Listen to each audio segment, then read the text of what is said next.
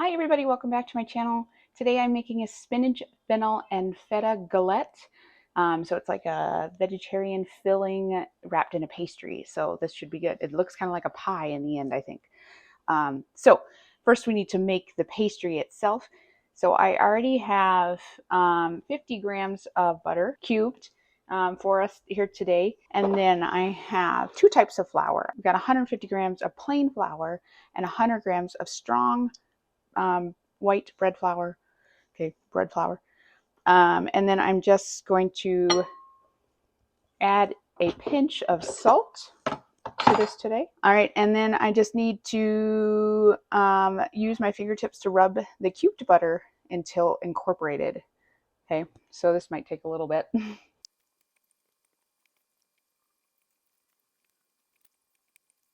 Okay, that's as incorporated as my butter is going to get for now.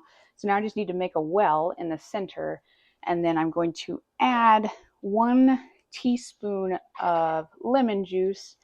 You could also use white wine vinegar. You need lemon zest later in this recipe for the filling, so I just elected to go with the lemon juice. And then 125 milliliters of ice cold water. The butter was also chilled, in case I forgot to mention that. Mix with a palette knife, I guess, so it doesn't get all over my fingers. And we're bringing this together. I can also add some more water if necessary.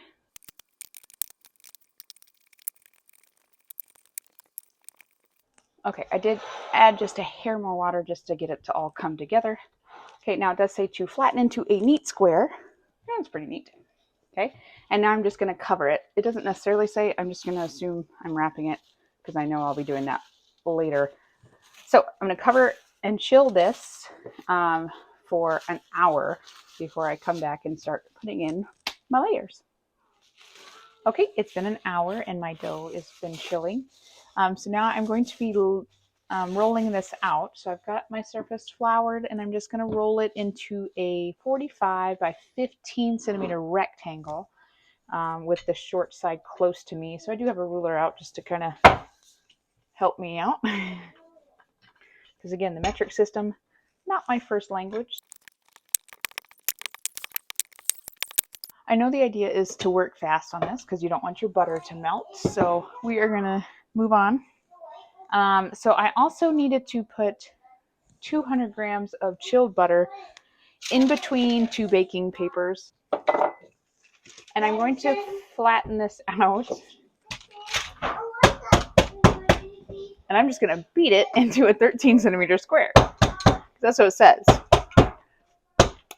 Yeah, I don't know.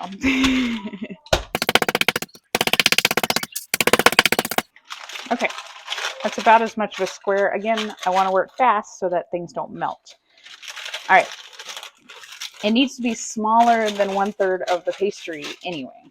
I'm going to take my butter square, that kind of fell apart, and place it in the bottom third of my pastry here and fold the bottom third of the pastry over it. Oh, the middle third of the pastry. Oh, okay. Never mind. I was supposed to place this in the middle third and then fold this third up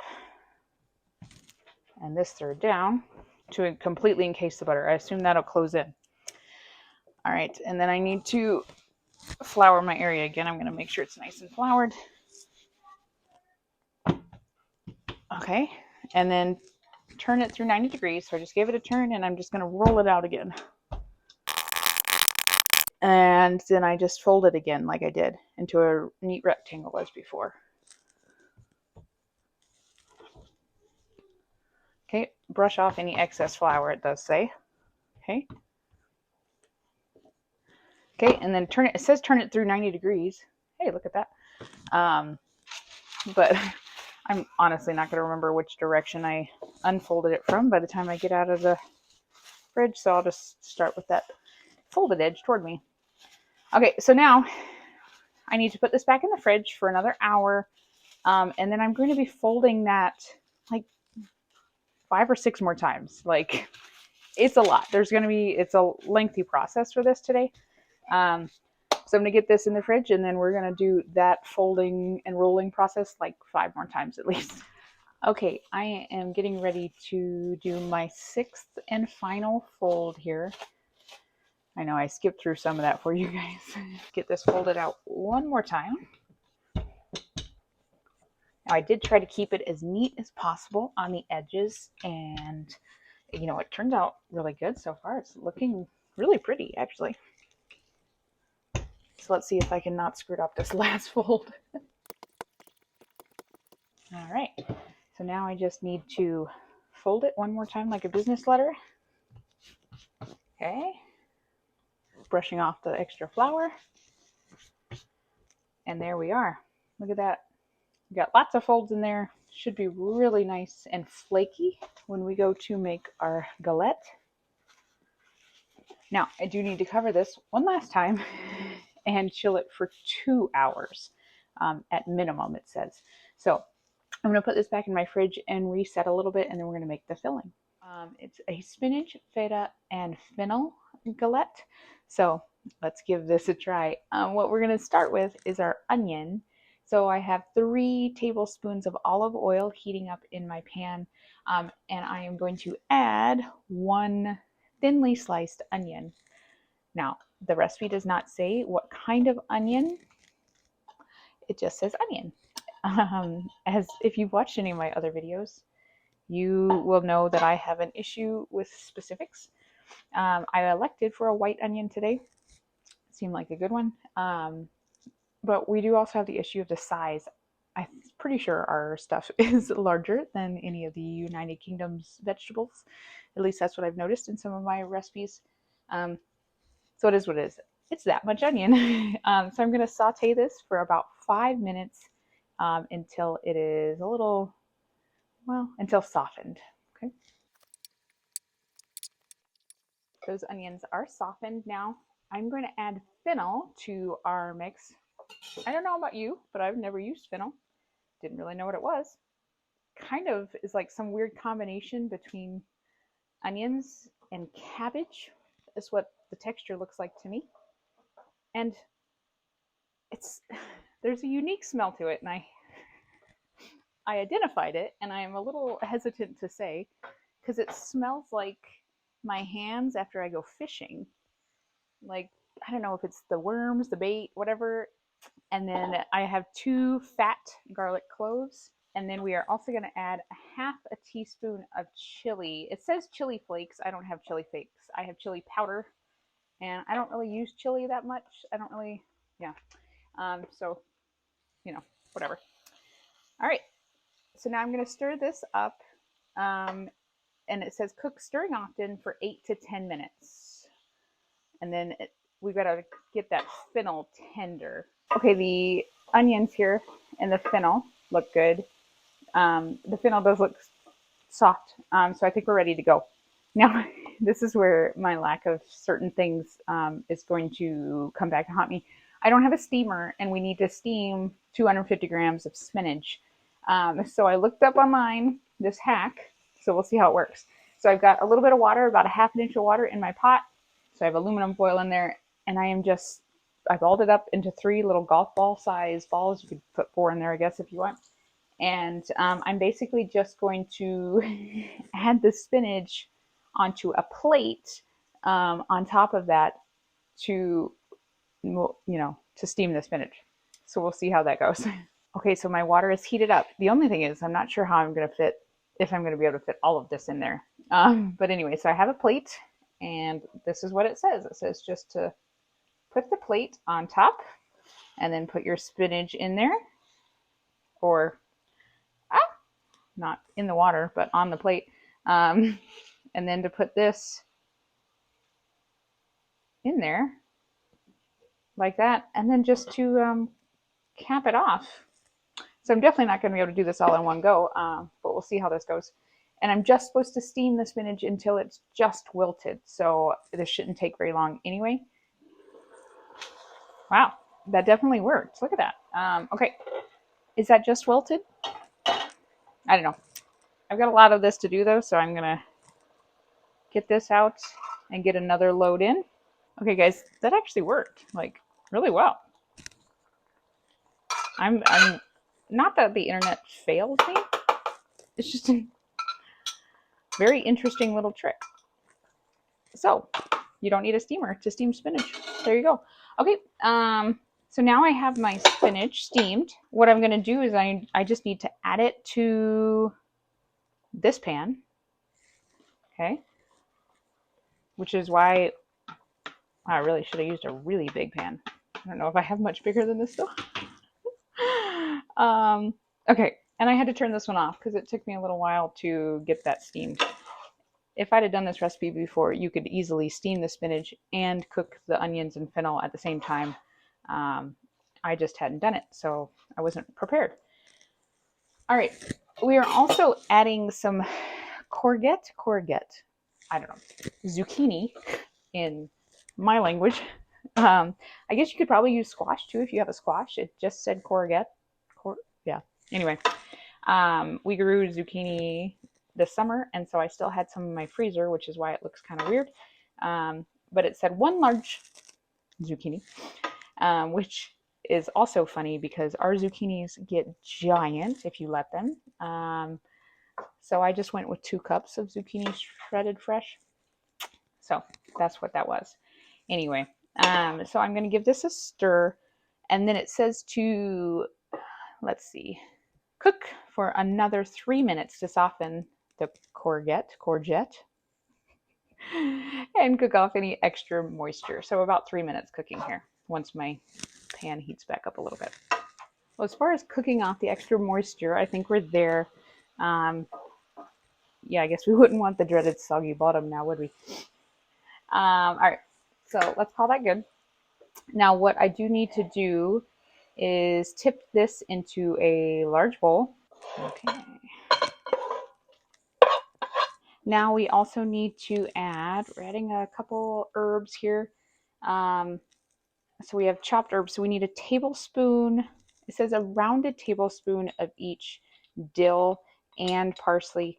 That's fresh dill and fresh parsley. I have the freeze-dried stuff, so I'm not going to do quite a tablespoon because I know the freeze-dried is a little more compact. Again, it's you know, winter here, so we don't have much for fresh herbs right this second. And then a teaspoon of lemon zest. Remember how I said earlier when I used the lemon juice? Here's the lemon zest part that we needed. So I'm going to give this a stir. Man, okay, everything just smells so good right now. The dill, I love that smell. Do you guys, you know what I'm talking about? Dill smells very good. I do need to leave this to cool to room temperature. So this is actually really nice because you could bake this way ahead of when your pastry is done, and it doesn't matter because you got to let it cool anyway. So I've got to let this cool, and then we'll move on and combine it all together. Okay, the filling has cooled down to room temperature, and I am ready to put it all together. So what I need to do first is add my 200 grams of feta cheese. It says to crumble it, but I just bought crumbled feta cheese. We also need to add 1 beaten egg. It also says to season well with salt and pepper. So I don't really know. I guess that's to taste. I'll put some pepper. A little salt. We don't cook with a lot of salt, so I'm not going to put too much in there. And then gently mix to combine. Now I'm just going to set this aside for a minute. All right, I've got our pastry. I'm going to cut our pastry in half, one slightly larger than the other. So I guess, is that slightly enough? Okay. Ooh, look at that. Look at all those layers. Okay. Okay, using the smaller piece, because I'm going to make the smaller circle for our pastry. And it says using a 28 centimeter dinner plate. I don't have, my dinner plate's not quite that big, but I have a 28 centimeter cake pan that I'm just going to try to make it that size. 2 to 3 millimeters thick. That is not very thick.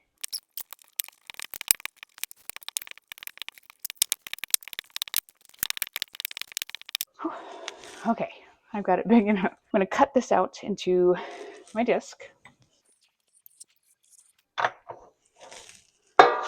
Okay, place it on a lined baking sheet. So I've got that ready to go right here. Okay. So now I'm going to make the slightly larger one into a 30 centimeter disc, so 2 centimeters bigger than that last one.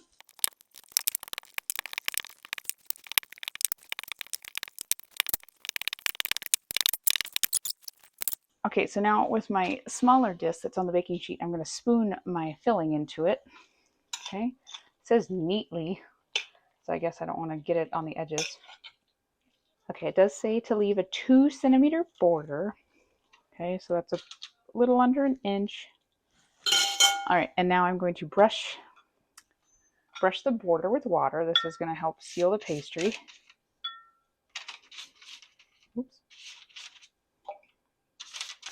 Okay, and then I'm also going to be knocking up the edges to help seal the pastry too, so it's not just the water. Got this one. I'm going to press this over top. I'll carefully place it over top and then gently smooth it over and press the pastry edges to seal. Okay, again, that water is going to be vital there. Using a small sharp knife, knock up the edges of the pie to seal. I guess just, I don't know, something like that. I guess you could use like a fork. That's what I've seen a lot. I'm going to chill this for 20 minutes and heat the oven up in the same time. So I'm going to heat the oven up to 180 degrees Celsius, about 355 degrees Fahrenheit, and chill this for 20 minutes at the same time. Okay, so my oven is now ready. It's at 350. It does say to brush the top of the pastry with milk. So I've got it out of the fridge and I'm just going to brush it with some milk. Also, kind of a weird note is it did tell me to put in a baking sheet in the oven to heat up with the oven. So there's one in there. I brushed this with some milk, and now I just need to cut some a pattern into my pastry. I don't really know. I mean, we're not supposed to cut through. I'm just supposed to cut into. I'm sure it just makes it kind of pretty because you're not supposed to cut through the pastry. So I'm just going to give it some, I don't know, some checkerboard look. Okay. And then we do cut a little cross in the top. So I'm just going to make sure that goes through to make sure we can get some steam out of there. And sprinkle with sesame seeds. And there we go. Okay. This is going to go into the oven at 355 right on top of the hot baking sheet for 35 to 40 minutes.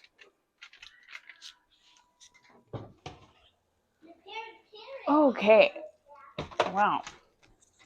That has been in there for about 52 minutes and it's golden, puffed up. It looks crisp. So that took a lot longer than the time it said. But anyway, it looks really good. I'm excited. Give it a couple minutes to cool and then we'll slice her up. There we go. Look at that. It actually came out of the pan really nicely. Like, there you go. Look at that. Okay. Looks good. I'm impressed. I like the lattice. There's definitely some flake and some layers. Of course, you can't see because it's terrible lighting in here. Oh, look at all those layers. Yeah, there we go. Okay. Let's give it a try. It's a little bit of a soggy bottom, I'm not gonna lie.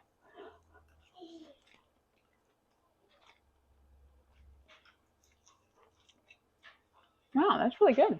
I'm only surprised just because it's very strange things to put into a pie.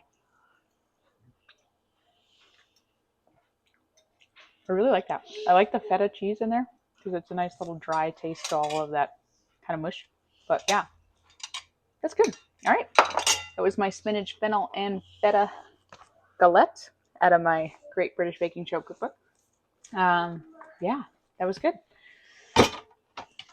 Give me a thumbs up, like, subscribe so you can see what's coming up next. But that was a fun one. And it took a long time. It took all day. But anyway, good thing it's tasty. I'll see you next bake.